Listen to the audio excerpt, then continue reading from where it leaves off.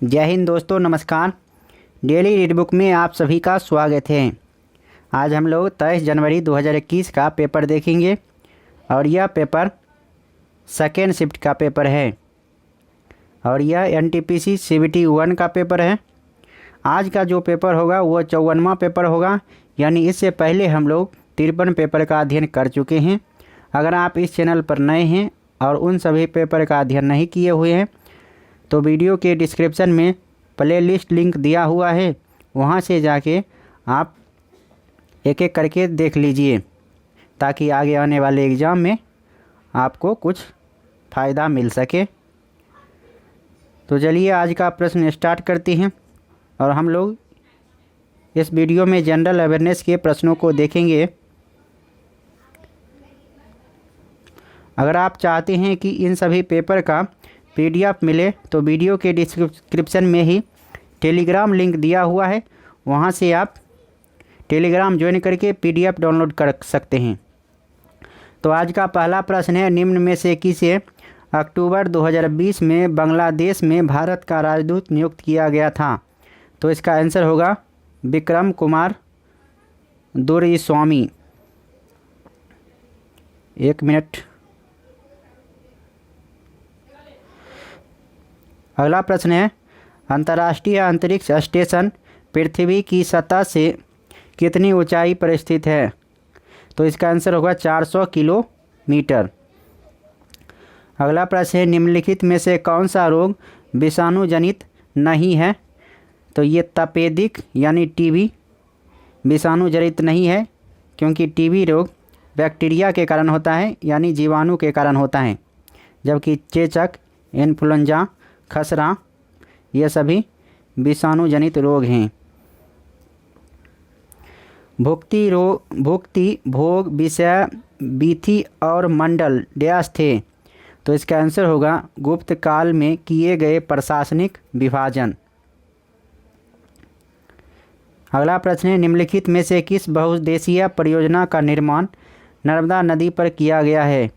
तो इसका आंसर होगा सरदार सरोवर परियोजना, जो कि गुजरात में स्थित है। भारतीय संघ की कार्यपालिका का संवैधानिक प्रमुख कौन होता है?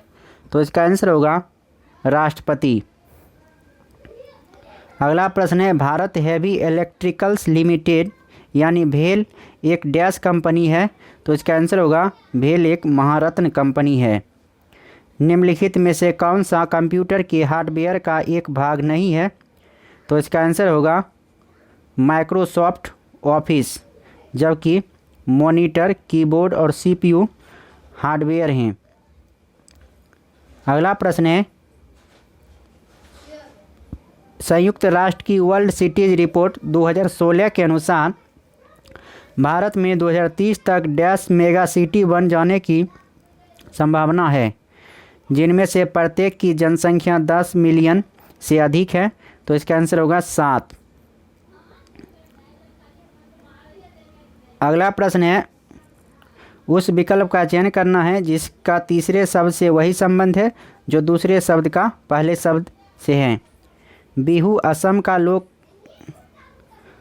नृत्य है, तो कथकली केरल का लोक नृत्य है।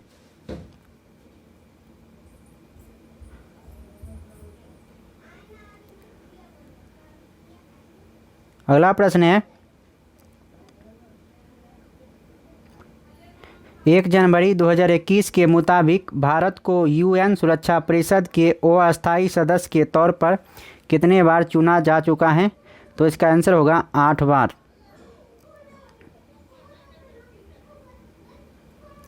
अठारह के विद्रोह, जिसे भारत के प्रथम स्वतंत्रता संग्राम के रूप में भी जाना जाता है, के बाद भारत के अंतिम मुगल सम्राट बहादुर शाह जफर को निर्वासित करके कहाँ भेज दिया गया था? तो इसका आंसर होगा बर्मा। -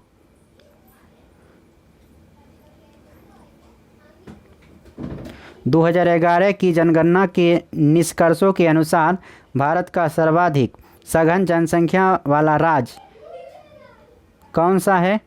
तो इसका आंसर होगा बिहार। इसमें केंद्र शासित प्रदेशों को छोड़कर बोला गया है। अगर केंद्र शासित प्रदेश होता तो दिल्ली हो जाता। अगला प्रश्न है 2017 में भारत सरकार द्वारा शुरू की गई सौभाग्य योजना निम्न में से किससे संबंधित है? तो इसका आंसर होगा भारत के सभी घरों में बिजली प्रदान करने से।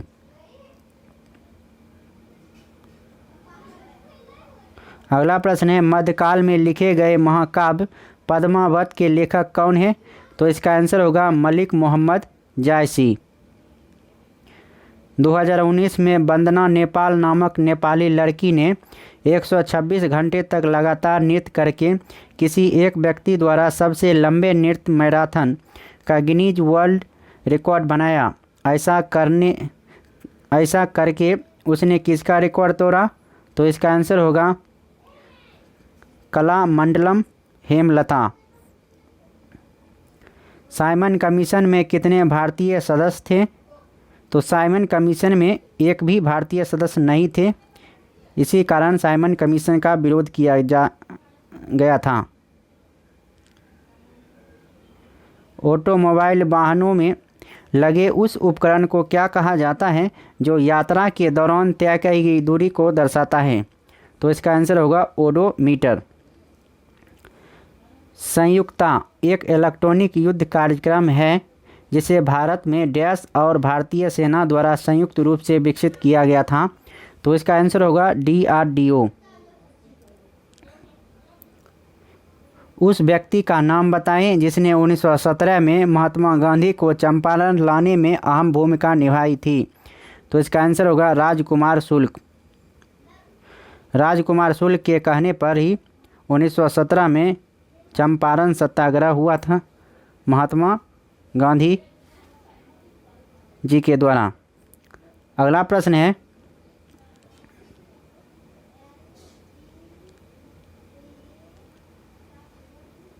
सोनार का जो संबंध सोना से है तो लोहार का वही संबंध लोहा से होगा। नगर पालिका का सदस्य बनने के लिए आवश्यक न्यूनतम आयु भारत के संविधान के अनुच्छेद 243 के 5 में निर्धारित किए गए अनुसार डैश है। तो इसका आंसर होगा 21 वर्ष। 2019 में निम्नलिखित में से किस देश के चर्च, होटल और पर्यटन स्थल पर ईस्टर समारोह के दौरान आत्मघाती बम हमलावरों ने हमला किया था? तो इसका आंसर होगा श्रीलंका।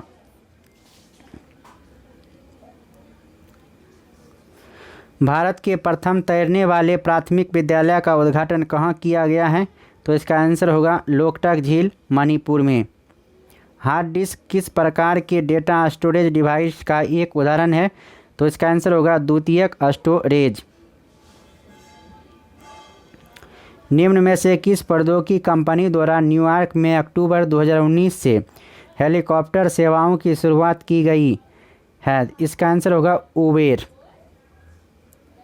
पंपास, स्टेप्स, सवाना और प्रेयरी सभी प्रसिद्ध डैश के नाम हैं?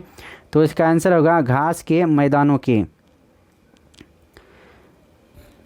अगला प्रश्न है मार्च 2016 में सभी राष्ट्रीय राजमार्गों को रेलवे लेवल क्रॉसिंग से मुक्त करने और उनके बने पुराने पुलों को नवीनीकृत करने और उन पर नए पुलों के निर्माण हेतु किस योजना की शुरुआत की गई थी? तो इसका आंसर होगा सेतु भारतम परियोजना।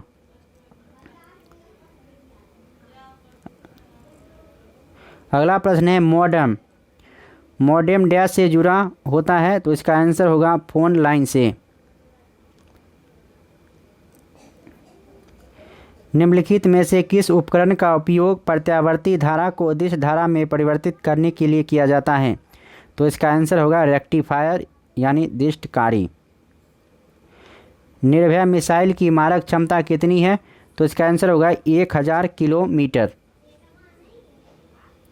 स्वतंत्र भारत का पहला नदी बांध इनमें से किस नदी पर बनाया गया था? तो इसका आंसर होगा दामोदर नदी पर।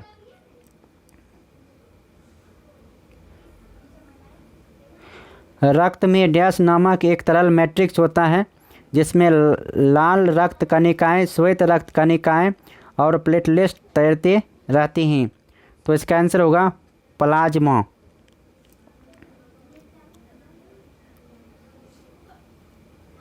अगला प्रश्न है, वर्तमान विनिमय दरों और मूल्यों पर किसी अन्य मुद्रा के सापेक्ष किसी मुद्रा की क्रय क्षमता को क्या कहा जाता है? तो इसका आंसर होगा वास्तविक विनिमय दर। अगला प्रश्न है, पहली n प्राकृतिक संख्याओं का योग। तो ये मैथ का प्रश्न है। n इंटू एन प्लस 1/2 होता है।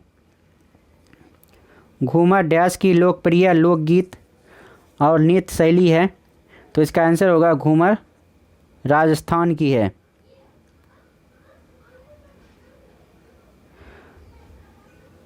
चश्मा तृतीय नाभिकीय शक्ति संयंत्र कहाँ स्थित है?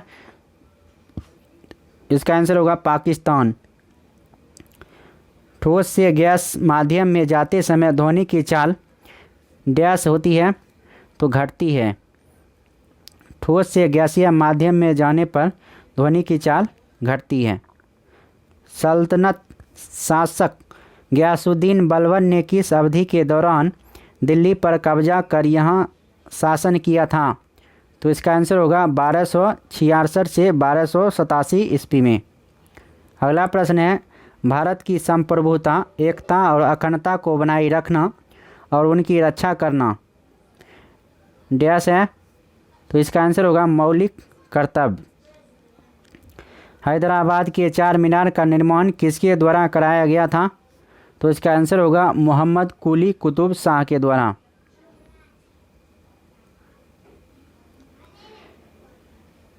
ऑड मैन आउट का प्रश्न है, गाजर, भिंडी, आलू, चुकंदर। तो इसका आंसर हो जाएगा भिंडी, जबकि गाजर, आलू, चुकंदर ज़मीन के नीचे उगते हैं। निम्नलिखित में से कौन सी उत्पादन गतिविधियाँ CO2 की सबसे बड़ी उत्सर्जक हैं? तो इसका आंसर होगा ताप विद्युत उत्पादन। डैश को कोशिका के पावर हाउस के रूप में जाना जाता है?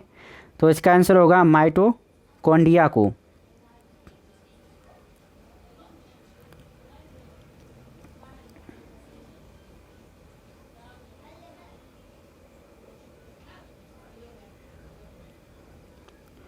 उत्तर प्रदेश की राजधानी लखनऊ, तो छत्तीसगढ़ की राजधानी रायपुर होगा।